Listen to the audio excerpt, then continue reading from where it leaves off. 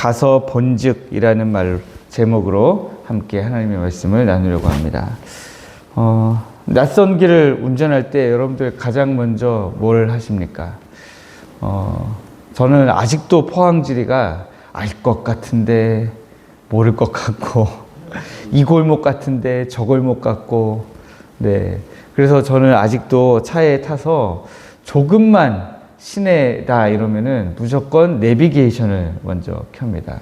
내비게이션을 켜서 목적지를 확인하고 제가 아는 길이 맞는지 보고, 그리고 도착 예정 시간까지 확인한 다음에 그 다음에 이제 출발을 하곤 합니다. 인간의 본성이라는 게 참 이와 같은 것 같습니다. 미리 다 알고 싶어 하는 마음이 너무 강하다라는 거죠. 예측 가능한 상태가 되면 그때 발걸음을 떼려고 하는 것이 인간의 본성입니다. 그러나 성경이 말하는 신앙의 원리는 세상의 방식과 완전히 정반대입니다. 세상은 확실한 보증을 보여주면 가겠다, 이렇게 말하지만, 그리고 사람들이 그게 옳다라고 생각하지만, 신앙은 완전 정반대죠. 말씀하셨기 때문에, 하나님이 말씀하셨기 때문에 일단 발을 떼고 가서 확인하는 것, 그것이 우리가 가지고 있는 신앙이다라고 하는 것입니다. 예수님께서 오늘 말씀을 보니까 예루살렘 성을 향하여 마지막 길을 올라가고 있습니다.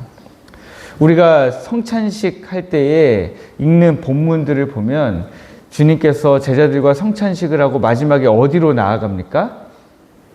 감람산으로 나아가죠. 그러니까 감람산이 그만큼 가까웠다라고 하는 거겠죠. 바로 그 감람산 근처까지 이제 오신 겁니다. 거기에 감람산 근처에 벳바게와 베단이라는 동네까지 이제 이르신 겁니다. 그때 우리 주님이 두 제자를 부르셔서 뜻밖의 명령을 내리십니다. 맞은편 마을로 가서 아무도 타보지 않은 나귀 새끼 한 마리가 매여 있을 건데 그거 끌고 오라 라고 말씀하신 겁니다. 이때 당시에 상황을 한번 생각해 보시면 남의 나귀 새끼를 그냥 풀어간다는 게 율법적으로 돌맞을 일입니다. 네. 그런데 이 제자들은요, 어디 사람들이에요? 주로 갈릴리 사람들이에요. 예루살렘과는 많이 떨어져 있습니다. 이 요단강 줄기를 따라서 완전 저 갈릴리 호수 끝까지 가야 이 제자들이 그곳에서 나고 자란 사람들입니다.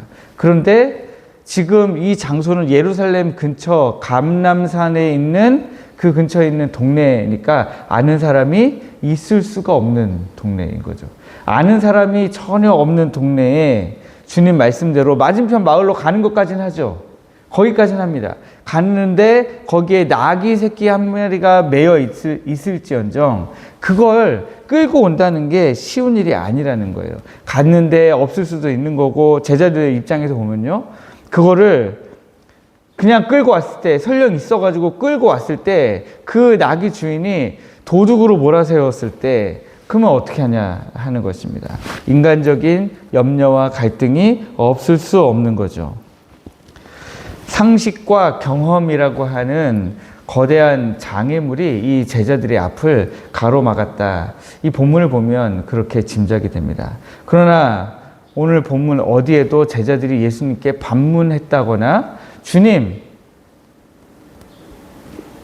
이 말이 안 됩니다라고 이렇게 말씀을 드리는 장면이 나와 있지 않습니다. 오히려 32절 말씀을 보면 보내심을 받은 자들이 가서 그 말씀하신 대로 만난지라, 이렇게 기록하고 있습니다.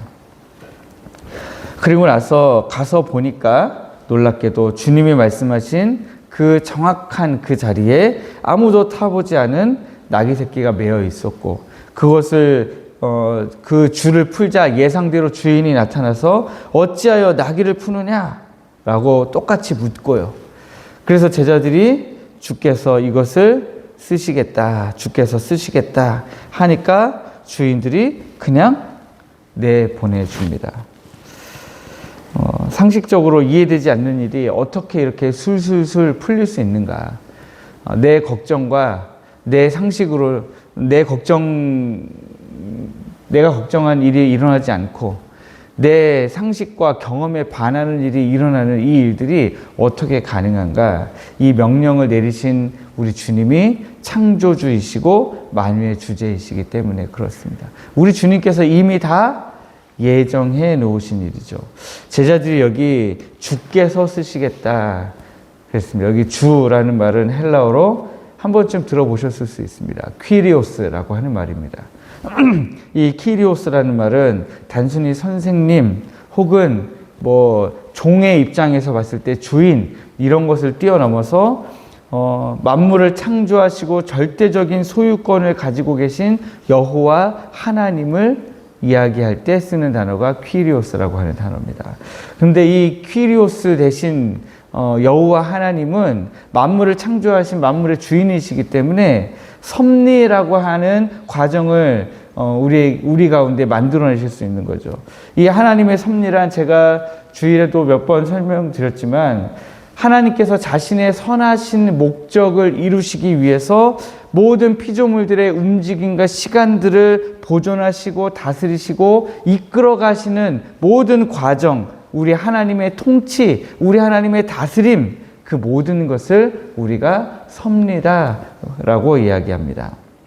그러니까 지금 제자들에게 우리 주님이 말씀하시고 제자들이 그 건너편 마을로 갔을 때 그 염소가 메어져 있고 염소를 풀어올 때 주인이 말을 걸고 이렇게 풀어가는 그 모든 이제 과정이 다 우리 주님의 섭리였다라고 하는 것입니다. 주님의 전능하신 섭리가 이미 일하고 계셨다라고 하는 것입니다. 이 말씀을 이제 돌아보면 예수님은 오늘날 우리들도 각자의 이 맞은편 마을인 우리 삶으로, 우리 가정으로 우리를 보내고 계십니다. 우리를 향하신 하나님의 뜻은 우리 눈에 결과가 보이지 않고 손에 잡히는 보증이 없다 할지라도 주의 말씀을 신뢰함으로 믿음의 발걸음을 한번 떼보라라고 하는 것입니다. 네, 우리는 항상 반대로 하려고 하죠. 주님, 보여주시면 제가 발걸음을 떼겠습니다. 그런데 보여주신 다음에 떼는 발걸음을 우리는 믿음의 발걸음이라고 이야기하지 않는다는 거예요. 제가 저희 아이들에게 하는 말도 그렇고 저희 아이들이 저를 놀리기 위해서 역으로 하는 말도 그래요. 제가 아빠가 인생을 이렇게 살아보니까 그 과정을 아빠가 겪어봤는데 그때는 이렇게 하는 게 좋더라. 그러면 좀 아빠의 말을 믿고 하면 좋잖아요. 그런데 아빠의 말을 믿고 하는 경우가 열에 한 번, 두 번밖에 안 되더라고요. 나머지 8, 9은 아빠의 말을 믿고 안 하더라고요. 답답하지만 저도 기다리는 수밖에 없죠. 그런데 아이들이 나중에 저에게 오히려 그래요. 아빠, 내 말을 믿고 한번 해봐요. 내가 이미 해봤는데 하고 저를 오히려 놀릴 때가 있습니다. 근데 우리도 하나님께 그렇다는 거예요. 하나님, 제 경험으로는 그건 안 돼요. 하나님, 제 상식으로는 이해가 안 돼요. 라고 하면서 하나님께 오히려 하나님을 가르치려고 하는 것이 우리의 신앙이다 라고 하는 거예요.